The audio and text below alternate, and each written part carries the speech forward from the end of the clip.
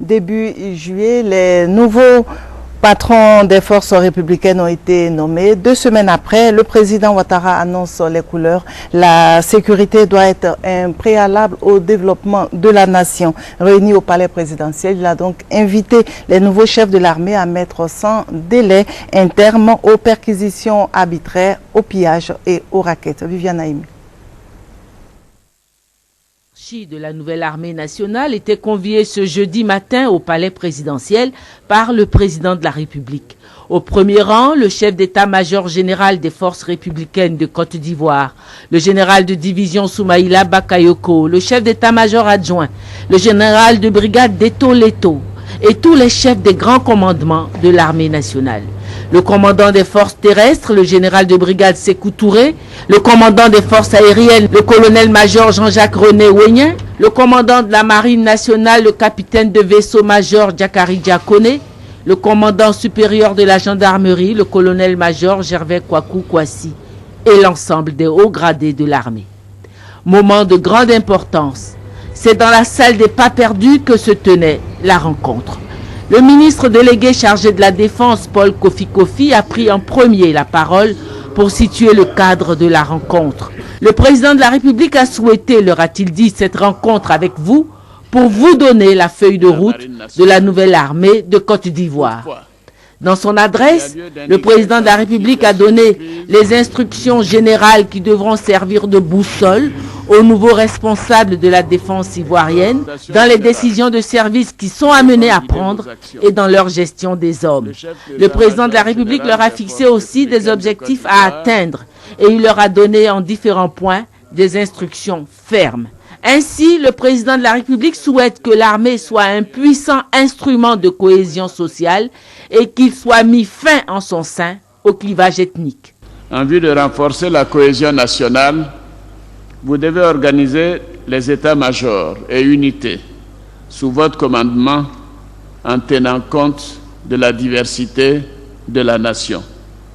Il ne devrait pas y avoir une armée du Nord et une autre du Sud, mais une vraie armée, homogène et professionnelle, qui sera véritablement républicaine, respectueuse de tous les Ivoiriens et qui méritera en retour le respect et la confiance de l'ensemble des citoyens.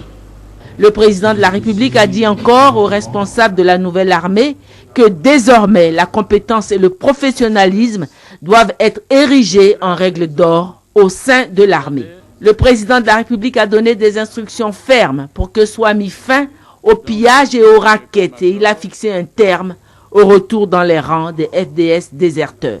J'invite les chefs de commandement de toutes les armes, la police, la douane et les eaux et forêts à assainir leurs rangs en mettant sans délai un terme aux perquisitions arbitraires, pillages, barrages non autorisés, circulation sur la voie publique en armes sans ordre de mission, raquettes, violations et occupation illégale de domicile, règlement de litiges fonciers, de voisinage et autres exactions de toute nature contre les populations, les agents du service public, notamment le personnel de santé, les enseignants et j'en passe.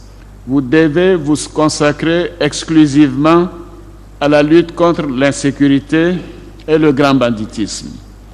Je tiens au strict respect de ces instructions. Et je dois dire très franchement que vous endosserez la pleine responsabilité des agissements de vos hommes.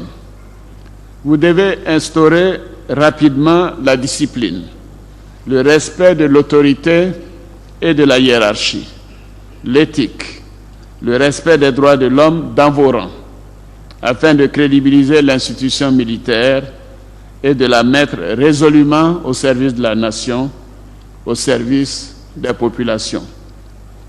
Tous les éléments qui ne pourront pas se conformer à ces directives devront être extirpés des rangs des forces républicaines de Côte d'Ivoire et de l'ensemble des forces de sécurité. Par ailleurs, tous les militaires, paramilitaires, douanes, eaux et forêts, forces maritimes et personnels de police qui n'auront pas repris le service à fin juillet 2011 seront purement et simplement radiés des effectifs. J'invite donc tous les militaires, gendarmes, policiers, douaniers, agents des eaux et forêts qui sont en exil à revenir avant la fin du mois de juillet 2011. Leur sécurité sera assurée. Les moyens seront donnés pour bâtir la nouvelle armée. Un recensement biométrique des forces républicaines de Côte d'Ivoire sera fait.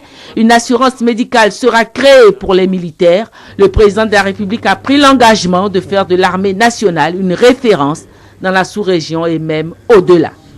Officiers généraux, officiers supérieurs, officiers, je prends l'engagement devant la nation entière de créer avec vous des forces animées par de vrais professionnels qui deviendront un exemple dans la sous-région et dans toute l'Afrique et peut-être dans une grande partie du monde. Je tiendrai cette promesse, même s'il nous faudra du temps et des ressources que nous n'avons pas encore en totalité. En attendant, nous devons faire au mieux avec les moyens disponibles. Je compte donc sur votre soutien.